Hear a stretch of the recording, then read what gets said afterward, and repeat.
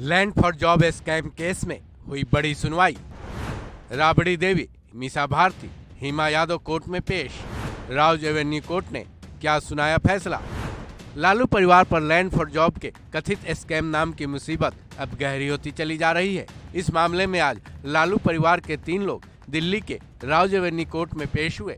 लालू की पत्नी और बिहार की पूर्व सीएम राबड़ी देवी समेत उनकी 2 बेटियां मीसा भारती, जो कि सांसद हैं, और लालू की छोटी बेटी हेमा यादव कोर्ट में पेश हुई, क्योंकि ईडी की चार्जशीट पर संज्ञान लेते हुए कोर्ट ने इन तीनों को तलब किया था। हालांकि राज एवेन्यू कोर्ट की तरफ से तीनों को बड़ी राहत मिली है, क्योंकि कोर्ट ने तीनों को अंतरिम जमानत दे दी है। सुनवाई के बाद कोर्ट ने जमानत देते हुए कहा कि ईडी ने जमानत की अर्जी पर जवाब दाखिल करने के लिए वक्त मांगा है। साथ ही कोर्ट ने यह भी कहा कि जांच के दौरान आरोपियों को गिरफ्तार नहीं किया गया था, फिर भी औपचारिक जवाब की जरूरत हो सकती है। जमानत से पहले कोर्ट में राबड़ी देवी के वकील ने दलील दिया कि वो जमानत के हकदार हैं। जमानत के बाद राबड़ी देवी और उनकी दोनों बेटियों के वकीलों ने क्या कुछ कहा, सुनिए। कोर्ट ने मुझे आज अंतरिम जमानत दे दिया है और ईडी ने अपोज किया, लेकिन कोर्ट ने उसकी बात को नहीं माना और पुनः 27 तारीख को हम लोग को बुलाया गया। तो कितने राशि? 1 लाख रुपए की मुचलके पर हम लोगों को जमानत दी गई है। सभी आरोपियों को जमानत मिल गई है? सभी आरोपियों को जमानत मिल गई है।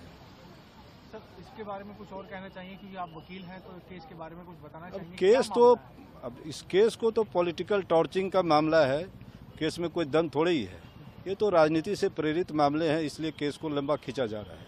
चुनाव 2024 का होने वाला है, उस वजह से जो इस सरकार के पक्ष में नहीं है उसे परेशान किया जाता है। Today, pursuant to the summons issued by the court, Rabri Devi ji, Meesa Bharti ji and Hema Yadav had appeared, along with the representative of the 2 companies, AK Infosystem and AB Exports. They had submitted their bail applications, which was argued, and keeping in view the parameters of Satinder Antal passed by the Supreme Court, we had said that they 3 are entitled to bail because they were not arrested during investigation and they had cooperated during investigation. Keeping in view the judgment, the Honorable Judge had asked the ED if they had any objections to it.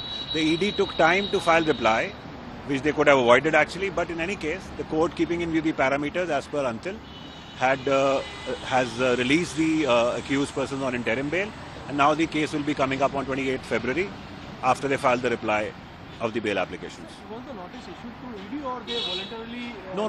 want to file replies? You see, the date was fixed after the notice was issued pursuant to the cognizance taken by the court on the charge sheet.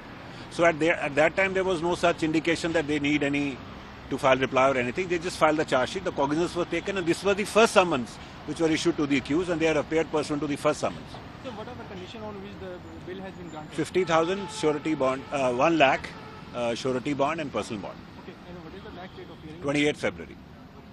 हालांकि राबड़ी देवी और उनकी दोनों बेटियों को 1 लाख के मुचलके पर जमानत तो मिल गई है, लेकिन उनकी मुसीबत अभी पूरी तरह से खत्म नहीं हुई है, क्योंकि इस मामले में राउज एवेन्यू कोर्ट ने अगली सुनवाई की तारीख 28 फरवरी को दी है। उस दिन कोर्ट में इस केस का क्या रुख होगा, देखने वाली बात होगी। इस खबर में बस इतना ही। बाकी अपडेट्स के लिए जुड़े रहें वन इंडिया हिंदी के साथ।